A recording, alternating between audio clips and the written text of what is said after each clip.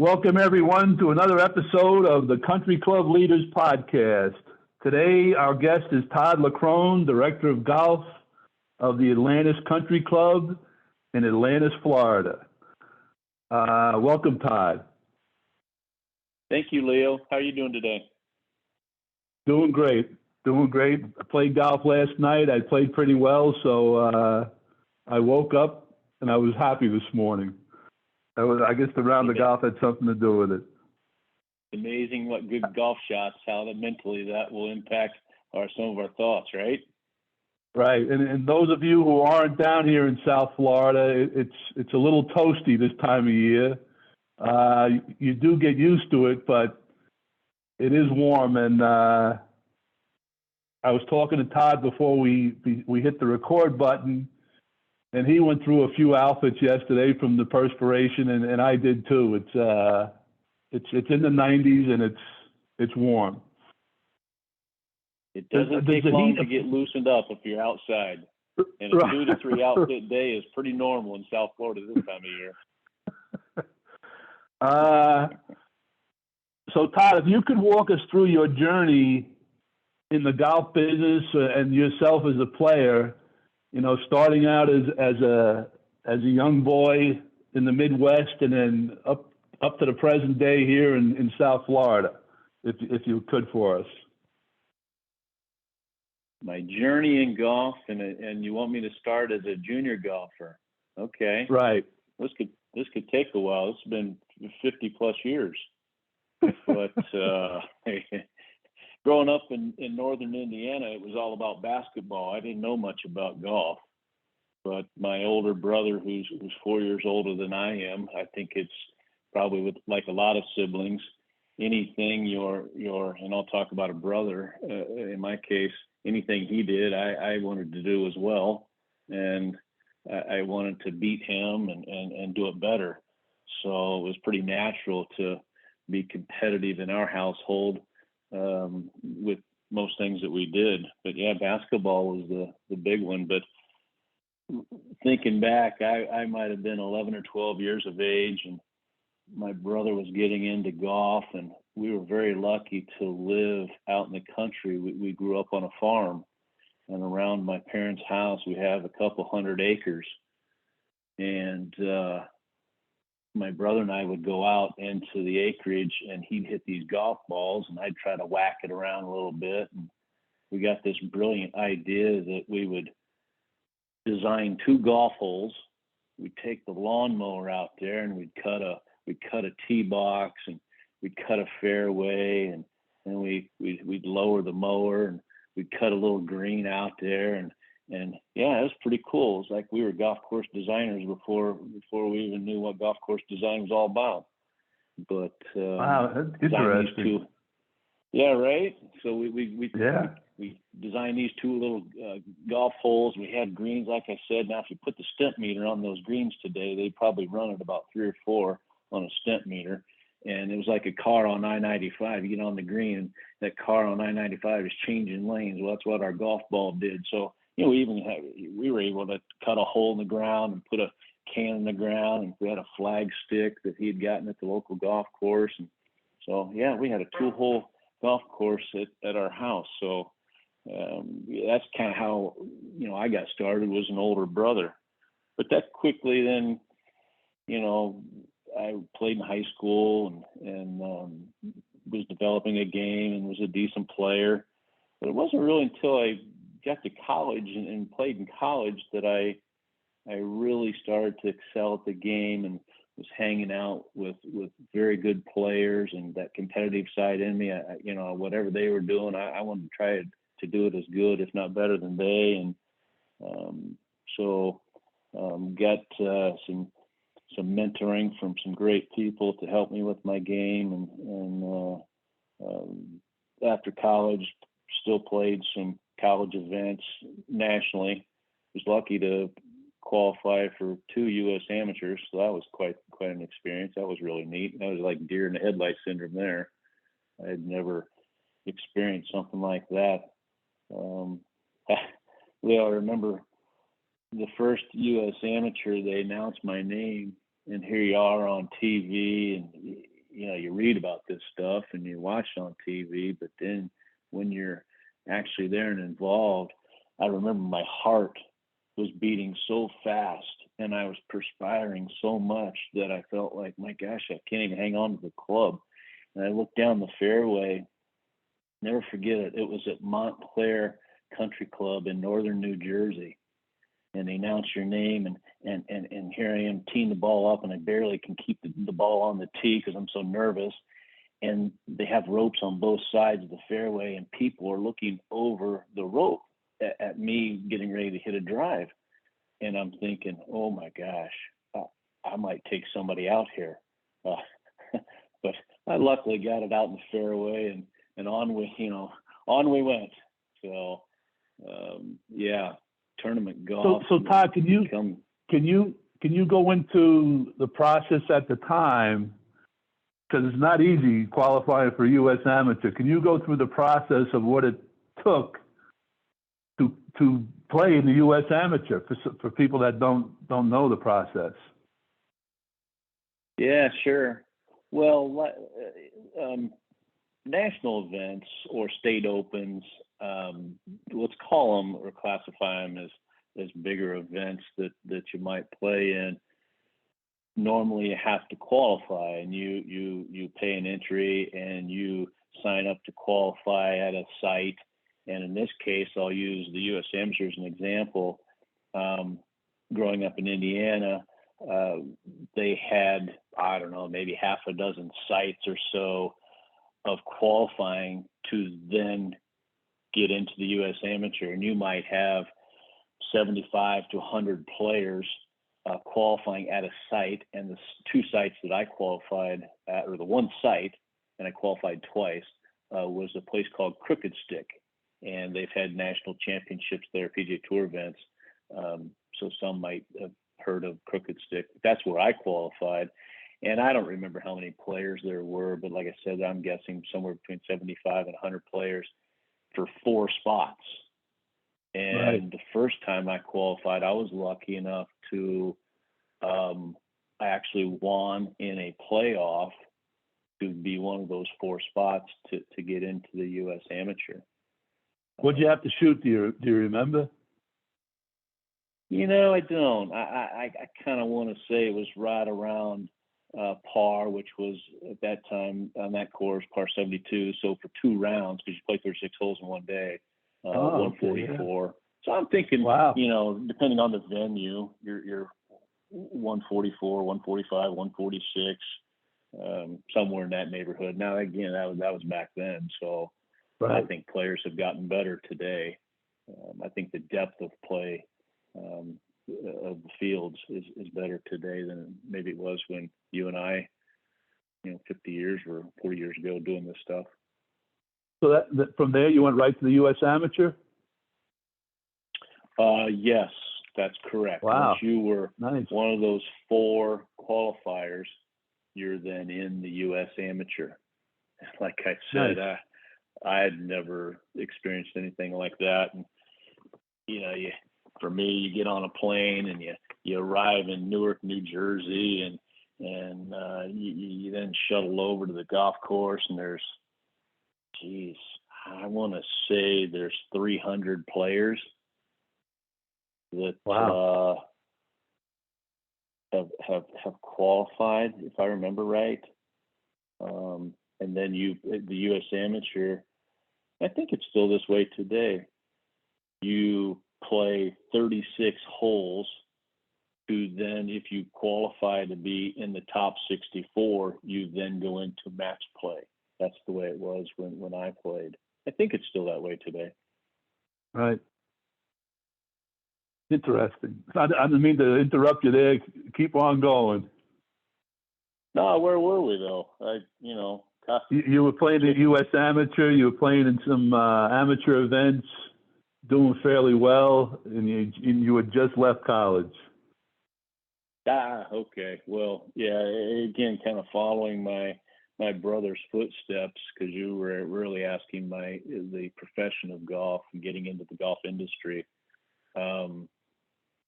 That's really I was really enjoying golf, getting better at it, meeting some great people in golf. And my brother was in the golf business at the time. And so I just kind of fell right into following his lead of getting into the golf industry as an assistant golf professional. And man, I've been lucky over the years, just been at the right place at the right time, and been able to meet great people that have been able to help me along the way. And lo and behold, that fell through, or that was my journey of getting into my first job at Lakeshore Country Club. Two gentlemen were very instrumental in me getting that job. One was Bob Fry, who unfortunately both these guys have passed away, but Jim Jameson as well, and both played the PGA Tour and were very well respected in the industry. But Lakeshore Country Club in the mid '80s was my first assistant's position, and again, I knew about the golf industry. That's in Chicago, Lakeshore? Yeah, Chicago is a great private club on the North Shore of Chicago, Glencoe, Illinois. Yeah, right on Lake Michigan. The big clubhouse overlooks Lake Michigan, and then Lakeshore Drive is in between the big clubhouse, and then they had a underground tunnel that went to the west side of the street, and that's where the locker rooms were located, the grill room, and the Donald Ross 18-hole design golf course, championship style golf course. Nice. Yeah, neat place, really cool place, great experience. So from there, actually, I worked for a great guy, Bob Koshman. Threw me right into the fire. Again, I knew nothing about the golf industry, but started teaching the game, playing with members. We ran a lot of golf tournaments, so it was our job and responsibility to administer all the club events and make sure the members had a good time and do it in a professional manner. And Bob was great at it. He's a great golf professional, very organized and great with people, and ran a great operation. So from there, I went on to the Northeast and kind of a sister club to Lakeshore. I accepted a position as an assistant golf professional at Hollywood Golf Club, working for Larry Mullen. And again, Larry, fantastic golf professional, very well organized, great with people. Again, great golf course, Walter Travis designed golf course, championship style facility and course. But jumped again right back into teaching and playing with the members and administering club events and making sure that members have a good time and enjoy their day at the club. And after 7 years at Hollywood, went back to Chicago and worked for Robert Powers at Skokie Country Club, Top 100 Club, Donald Ross Design Golf Course, active membership. Again, just a great place and great experience, and learned so much from Robert. He's my third guy that I worked under, just a great golf professional, very organized, great with people, ran a great business, and gave a ton of lessons at the facility. The tournament program was probably the best at Skokie from the standpoint of there was more activity. The members, big membership, and the members were very, very passionate about playing in tournaments. And Robert made it feel like it was a PGA Tour event or an LPGA Tour event. Men's guest day, ladies guest day. We had a 2-day tournament called the Derby. Just fantastic. Just a lot of buzz and excitement at the club around the golf operation. So a lot of fun, a lot of great memories for sure. And now here we are in Florida, 25 years later, been the director of golf at Atlantis Country Club, and look back at almost 40 years in the industry and just being around a game that is a game for life and meeting great people, and very lucky, very, very lucky. Interesting. So what I'm hearing there, I got out of that, you mentioned the people you worked for were organized and they were good people, which is, you have to be, you know, we both of us know it, you have to be a people person to advance in the club industry in most cases. And then you mentioned you wanted the members to have a good time, and that's kind of the nuts and bolts of the industry. You have to be a people person, and if you're a people person, usually that will result in the members having a good time. And you're good at with people, and that's to your credit, Todd. Thank you, Leo. You are as well. Thanks, I appreciate that. I respect you very much. I watch you interact with the membership and the people you've been around, and it's a special thing you have. So, yeah, I respect you a lot.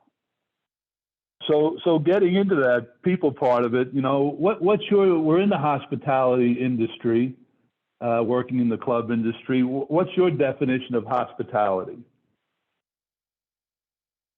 Well, I think just taking care of people and understanding that you're in the service industry.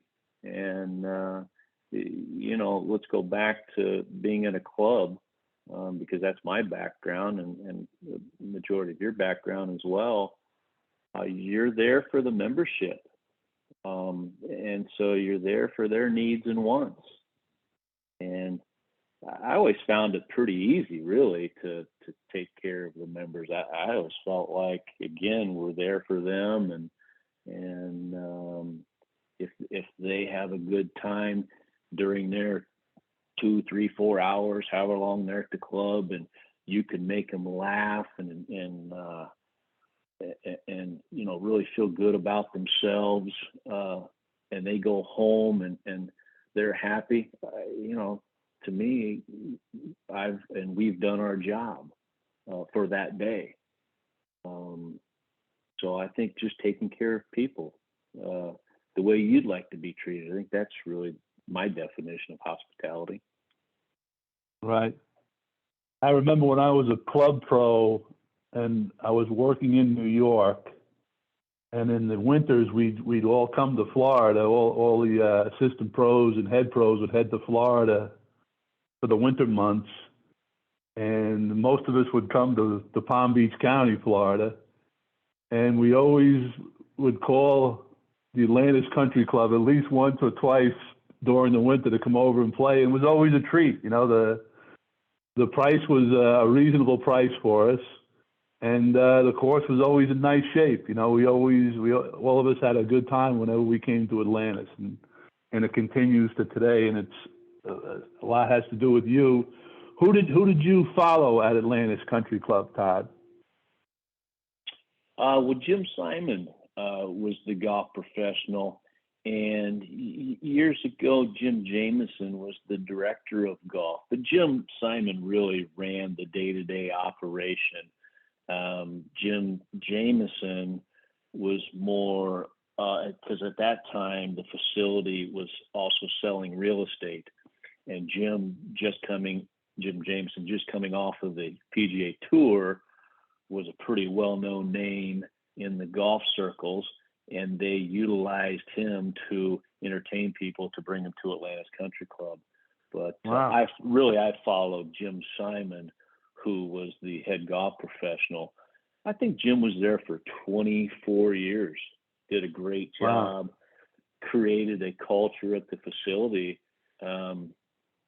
of hiring people that were very personable and outgoing and very professional looking, and had this culture that was created because of him at the club, that when I came in, it was pretty easy just to follow what Jim Simon had already done. Right. So you mentioned a lot of great people and a lot of mentors helping you out throughout your career. Who had the greatest impact on your golf game? Who helped you out with your golf game the most? I've thought about that over the years, and I don't know if there's really one individual, because I love information. I'm very inquisitive, and I try to ask a lot of questions. I think it's changed over the years. Early on, my brother got me into the game, so that was very impactful. And then in college, hanging out with other college players, learning from them. Jim Simon was the golf coach. I learned from him. Once I got in the industry, the golf professionals that I worked for, and as far as teaching the game, there's just so many people that have impacted my profession and have helped me, has shaped me into some of my beliefs in not only the industry, but teaching and playing the game as well. So I don't think I have one individual. There's many. Interesting. If you were going to pass on one golf tip to everybody out there listening to this podcast, what would it be? I'm putting you on the spot here, but give it a shot. Now, are you asking that from a playing standpoint, or are you asking that from a business standpoint? Let's go with playing to start out.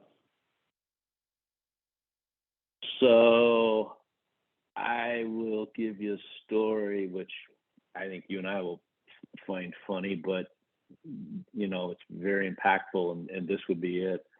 I don't know, maybe half a dozen years ago, I'm sitting in a seminar, and the panel of speakers, very respected golf professionals in this area, and one of them is Bob Ford, who most people in the golf circle know who Bob Ford is. And somebody in the audience had said, "Hey, Bob, I got a question for you. If there's one thing that you could do different in your golf career, what would it be?" And he immediately said, "Make more putts." And so that would be my one thing as far as very good playing better golf, and the quickest impact to someone's game would be become the best putter you could possibly become. And I don't believe it's that difficult. I really don't. I think there's a few things that people need to do. And from there, I think they can become a great putter for themselves. And I think you'd agree it's probably the quickest way to impact someone's score. I agree. It's a good answer too. So if somebody wants to start out in the club industry, and specifically the golf side of it, what advice would you have for them?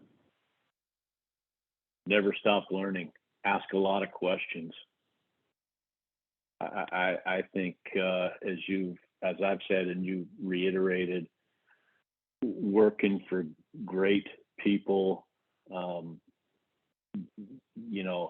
just learn as much as you possibly can learn.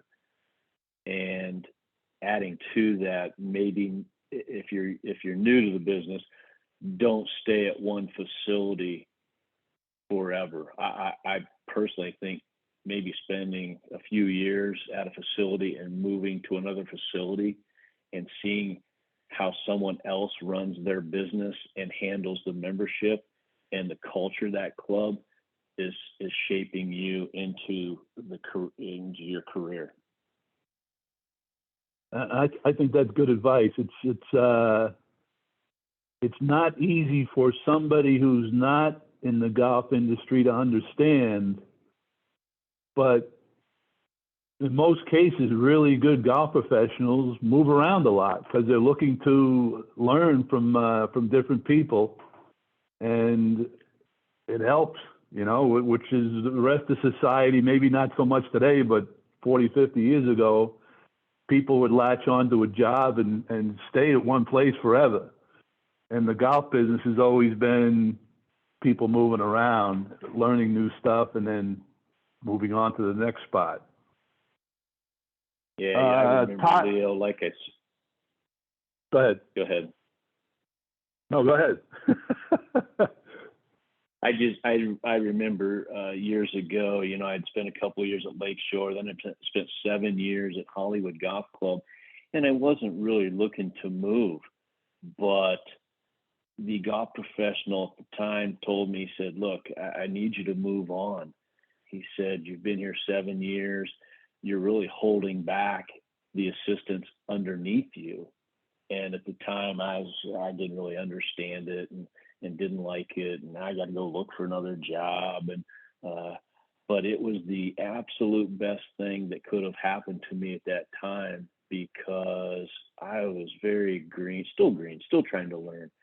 But it forced me to go out, find a job, which Skokie Country Club, working for Robert Powers, and spent 5 years there before coming to Florida full time to be the director of golf at Atlantis.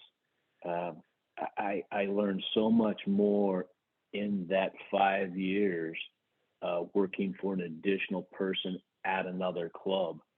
So to me, I just think it's invaluable to just learn as much as you can and work for multiple people and a couple of different clubs for sure.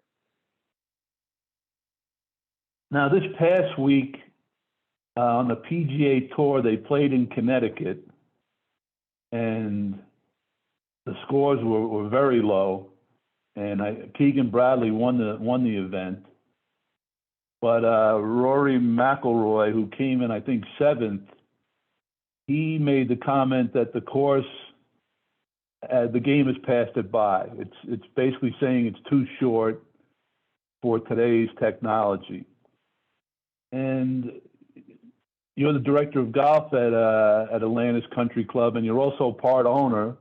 How does the technology of the balls and the equipment and people hitting it further, how does that affect the Atlantis Country Club? Well, with Atlantis Country Club, the golf course, the style of the golf course, 50 years old.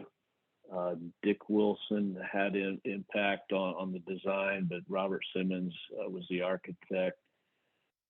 It's not a long golf course. It's only 6,600 yards in length from the back tees, but fairways are narrow, greens are fairly small, well guarded by bunkers. It's not a bomber's paradise by no means. It's much more of a shot maker's golf course. But I did hear Rory say the same thing. I think my answer to that would be, well, I don't play the tour, so I really, can't give you first-hand opinion on that from a player standpoint. But I find it ironic that, and correct me if I'm wrong, but Rory on his 72nd hole, he hit a drive 384 yards. And I don't know how long. I didn't realize that. Yeah, I think it was 384. And I want to say he had about 40 yards to the pin, which the pin was tucked on the front right-hand corner of the green complex. He missed the green from 40 yards. Wow, I didn't realize that. Yeah. So you get my point in that, well, yes, I do believe that you take back to Atlantis Country Club, it's not a bomber's paradise. It fits certain golfers and the style of golf that they play. Maybe somebody that's a little bit older, somebody that doesn't, maybe like we have a kids event today, U.S. kids event today. Probably a perfect golf course for kids or people that maybe don't hit the golf ball as long. Rory McIlroy, he wouldn't know what to do. The golf course would be entirely too short for him. But here he's playing a PGA Tour event. He hits a drive 384 yards and then misses the green from 40 yards. I didn't get home from 40 yards, maybe 60 yards. But it was a 60-degree wedge, and he only was taking a little maybe half swing at this shot, and he walks away with 4. Now, if you and I could hit the ball 384 yards and we missed the green from, 40, 50 yards, we might be aggravated as well. So I go back to, because your question was the equipment, how it affects our course and the game. People at Atlantis Country Club or clubs, unless they're playing competitively in national events or trying to play the PGA Tour, I think people just want to have fun. And I remember hearing, I was at a seminar one time and Hank Haney was the speaker, and he said, most people that go to a baseball game, they don't want to see every player get up and hit a bunt and get to first base. They want to see home runs and grand slams and see how far the ball can go over the wall. I kind of think the same thing in golf is that people don't tell you or I that they hit 15 greens in regulation and they hit every fairway in regulation. They usually tell us about that one drive that they hit 300 yards on, whatever hole they just played. So right. I think people want to just have fun. I could see the PGA Tour maybe limiting the ball, how far it goes, and doing something with the equipment.